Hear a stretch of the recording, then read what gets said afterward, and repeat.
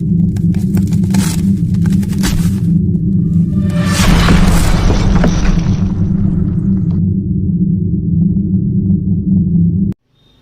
Everyone, मैं आपको आज इस चैनल में class 10th math NCERT book से चैप्टर बाय चैप्टर आपको इस चैनल में समझाने वाली हूँ। तो चलिए स्टार्ट करते हैं आज का हमारा पहला चैप्टर। पहला चैप्टर है वास्तविक संख्याएं, जिसको हम लोग इंग्लिश में रियल नंबर भी कहते हैं। हम यहाँ पे अपना हेडिंग डाल देते हैं।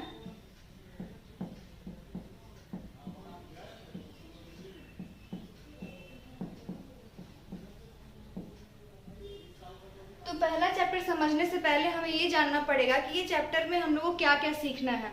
तो इस चैप्टर में हमें क्या क्या सीखना है वो आज हम आपको बताते हैं। वास्तविक संख्याएं दो प्रकार की होती हैं। एक होती है प्राकृतिक संख्याएं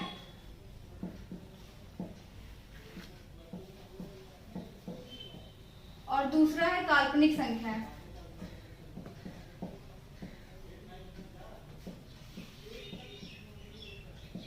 तो ये काल्पनिक संख्या जो है ये हमें अभी नहीं पढ़ना है, तो इसका हम लोग बात नहीं करेंगे। और प्राकृतिक संख्या हमें इसी क्लास 10th क्लास में पढ़ना है।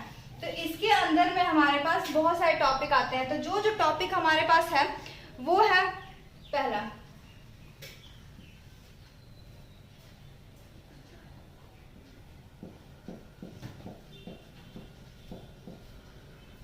पूर्ण संख्या, दूसरा है पूर्णांक, तीसरा है परिमेय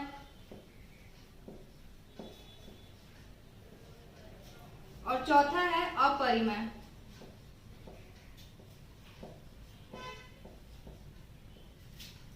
तो हमें आज पढ़ना है प्राकृतिक संख्या। तो प्राकृतिक संख्या किसे कहते हैं ये हम आज आपको बताते हैं। तो प्राकृतिक संख्या में क्या आता है कि प्राकृतिक संख्या को नेचुरल नंबर से भी जाना जाता है। तो नेचुरल नंबर में हम जानते हैं इसको n से डिनोट किया जाता है। इसमें आता है 1, कोई भी काउंटिंग नंबर 1 2 3 4, उसके आगे कुछ भी सैकड़ों हजारों जितने आगे भी जा सकते हैं वो नेचुरल नंबर होता है। और पूर्ण संख्या मतलब होल नंबर।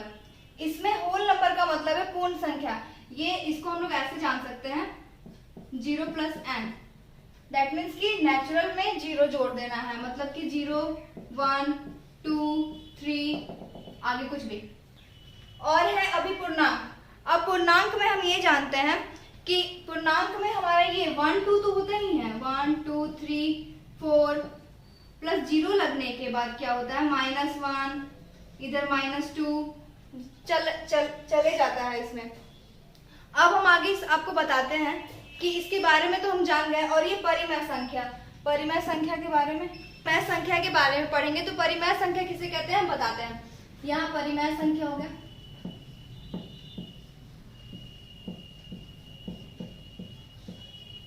परिमेय संख्या का मतलब होता है p/q।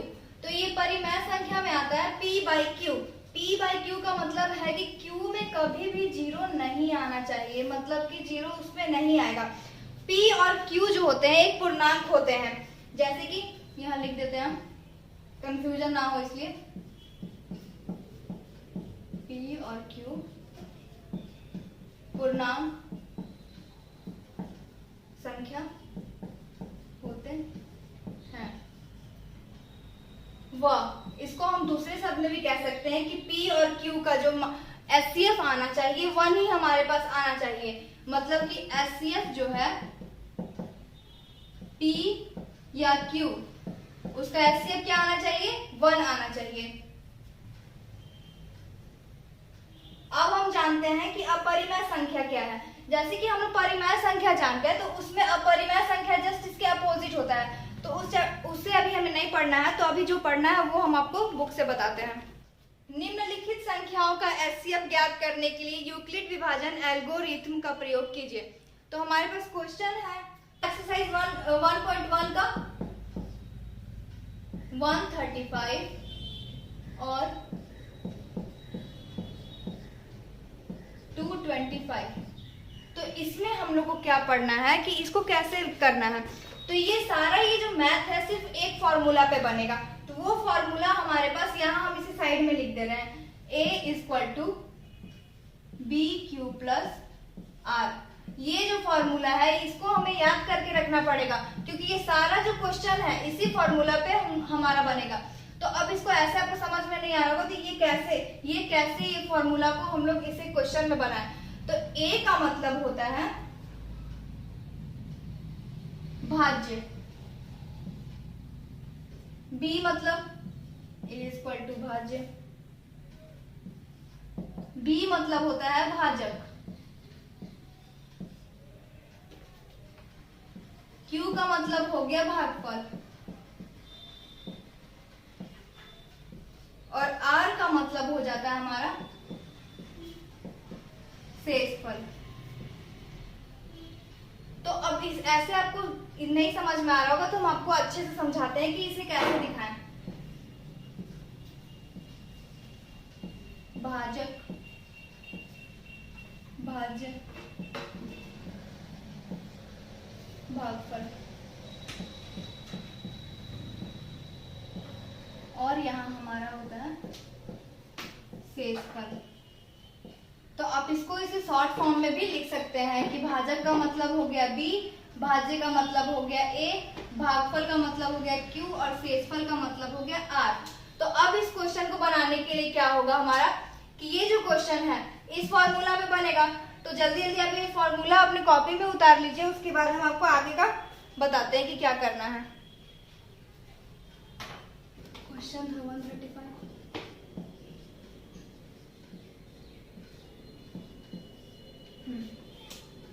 तो ये जैसा कि हम लोग जानते हैं कि 135 से ये जो 225 है बड़ा है, तो इसको ऐसे करके 225 कर देंगे। तो अब जो बड़ा नंबर रहता है जब हम डिवाइड करते हैं तो जो बड़ा नंबर रहता है वो छोटे से होता है।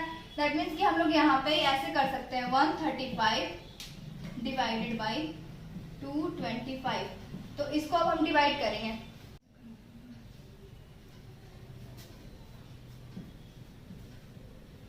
ये भाजक, भाज्य, भागफल, बी ए क्यू, और यहाँ है शेषफल मतलब आर। अब इस फॉर्मूले पे हमें ये बनाना है 135 225। तो ये क्या होगा हमारा, ये 135 से 225 जो है एक ही बार में जाएगा। तो यहाँ 1 गया 135, यहाँ तो 0 हो जाएगा, 12 में से 3 गया 9, कट कुट। अब ये क्या हम जानते हैं कि ये हमारा B है, ये है, ये ऊपर वाला जो है A हो गया, ये हमारा Q है, ये है R। तो अब हम लोग चरण 1 में लिखते हैं।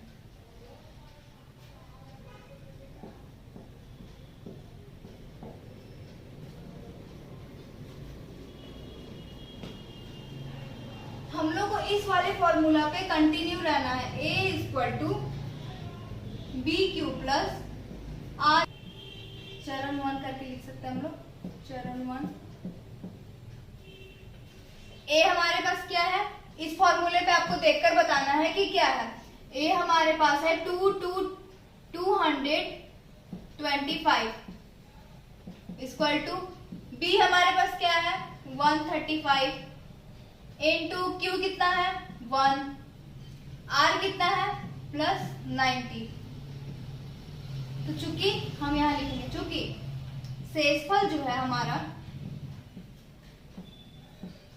0 नहीं आया है तो इसके आगे हमें कंटिन्यू रखना पड़ेगा।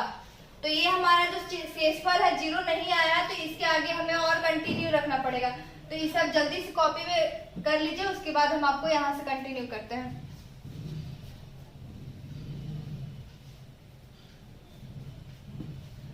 तो हमारा 0 नहीं आया था तो इसलिए हम 90 के पास से ही कंटिन्यू करते हैं।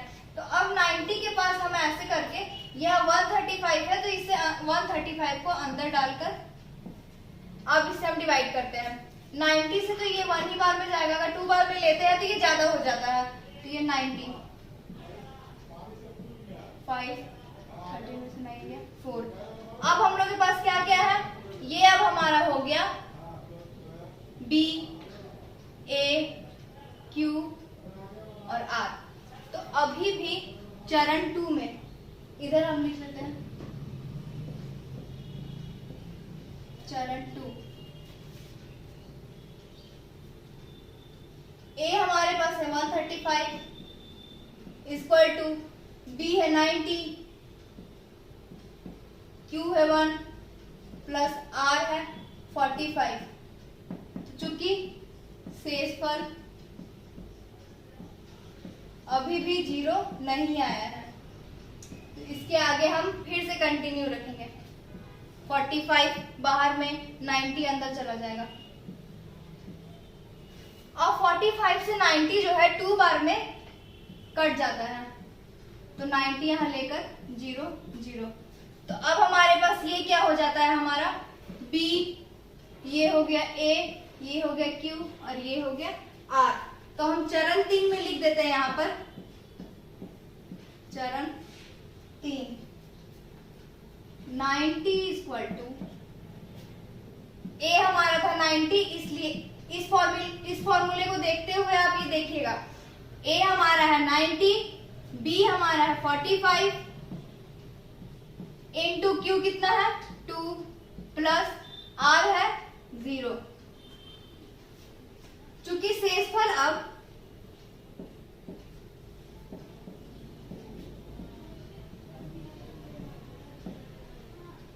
हमें 0 प्राप्त हो चुका है।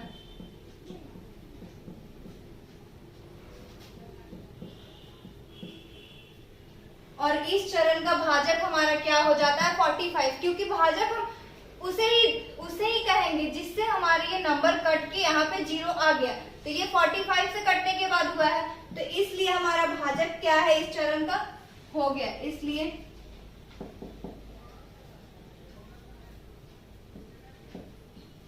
इस चरण का भाजक